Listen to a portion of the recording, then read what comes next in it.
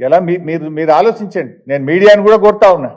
మనకు మీడియాలో నేనంతా హైడ్రా తప్ప ఇంకోటి కనబడతలేదు. ఓకే, హైడ్రా చూడండి, తప్పులుంటే శిక్షించండి, మేము కాదను. లక్షల మంది ప్రజలు విషజ్వరాలతో బాధపడుతున్నారు. ప్రభుత్వ ఆసుపత్రుల్లో బెడ్స్ దొరుకుతలేవు. ఒక్కొక్క బెడ్ మీద ఇద్దరు ముగ్గురు పేషెంట్లను పెట్టినారు. ముగ్గురు పేషెంట్లు ఉన్నారు ఒక్కొక్క బెడ్ మీద. చివరికి మాకేం ఫోన్లు వస్తున్నాయంటే, ప్రైవేట్ హాస్పిటల్లో బెడ్ దొరకలేదన్నా జర్రా ప్రైవేట్ హాస్పిటల్కి ఫోన్ చేసి ఒక అడ్మిషన్ ఇప్పియవా. ఆ పరిస్థితి వచ్చింది రాష్ట్రంలో. ఇవాళ 36% డెంగ్యూ కేసులు పెరిగినాయి. గత సంవత్సరం కంటే ఈ సంవత్సరం 36% డెంగ్యూ కేసులు పెరిగినాయి. ఈరోజు ప్రభుత్వ లెక్కల ప్రకారమే 5200 డెంగ్యూ కేసులు, పాజిటివ్ కేసులు ఈ రాష్ట్రంలో ఉన్నాయి. ప్రభుత్వేతర లెక్కలు ఇంకా చాలా మంది లెక్కల్లోకి రాని వాళ్ళు ఎంతో మంది ఉన్నారు. కొన్ని వేల మంది ప్రజలు ఇలా డెంగ్యూతో బాధపడుతున్నారు. కొన్ని వేల మంది చికెన్ గున్యాతో బాధపడుతున్నారు. కొన్ని వేల మంది బాధపడుతున్నారు. నిన్నేదో పనుండి నేను కౌన్సిల్ చైర్మన్ గారికి ఫోన్ చేస్తే చికెన్ గున్యా వచ్చింది బైసాబ్, హాస్పిటల్లో జాయిన్ అయినా అన్నాడు మన కౌన్సిల్ చైర్మన్ గారు. అంటే ఇట్లా ఎవరిని మాట్లాడించినా ఆసుపత్రుల్లో ఇబ్బంది పడుతున్నటువంటి పరిస్థితి ఉన్నది ఈరోజు. దాని మీద ఒక రివ్యూ చేసిందా ఈ ప్రభుత్వం? ఇంతమంది ప్రజలు, మీరు ఏ పత్రికన్నా తీసుకోండి బైసాబ్, ప్రతి పత్రికలో నేను చూస్తున్నా, అయితే ఫ్రంట్ పేజో లోపల పేజో కానీ వార్తలు ఉన్నాయి ప్రజలు విషజ్వరాలతో బాధపడుతున్నారని. ఇలా ప్రభుత్వ ఆసుపత్రుల్లో మందులు లేవు బైసాబ్.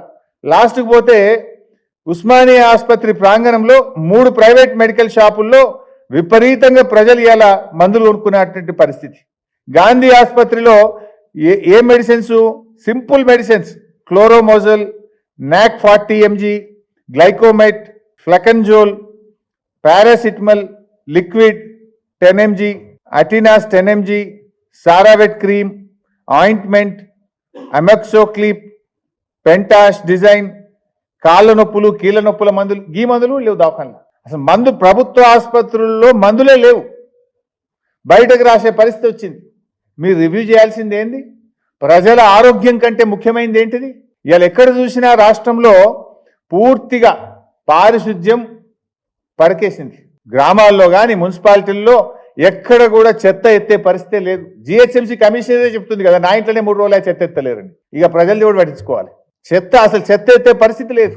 గందరగోళం అయిపోయింది. పారిశుద్ధ్యం మొత్తం కూడా అస్తవ్యస్తంగా మారిపోయింది రాష్ట్రం. జ్వరాలతోని రాష్ట్రం అంతా కూడా అతలకుతలం అవుతా ఉంటే ఈ ప్రభుత్వానికి చీమ కుట్టినట్లేదు, దున్నపోతు మీద వానబడ్డట్టున్నది.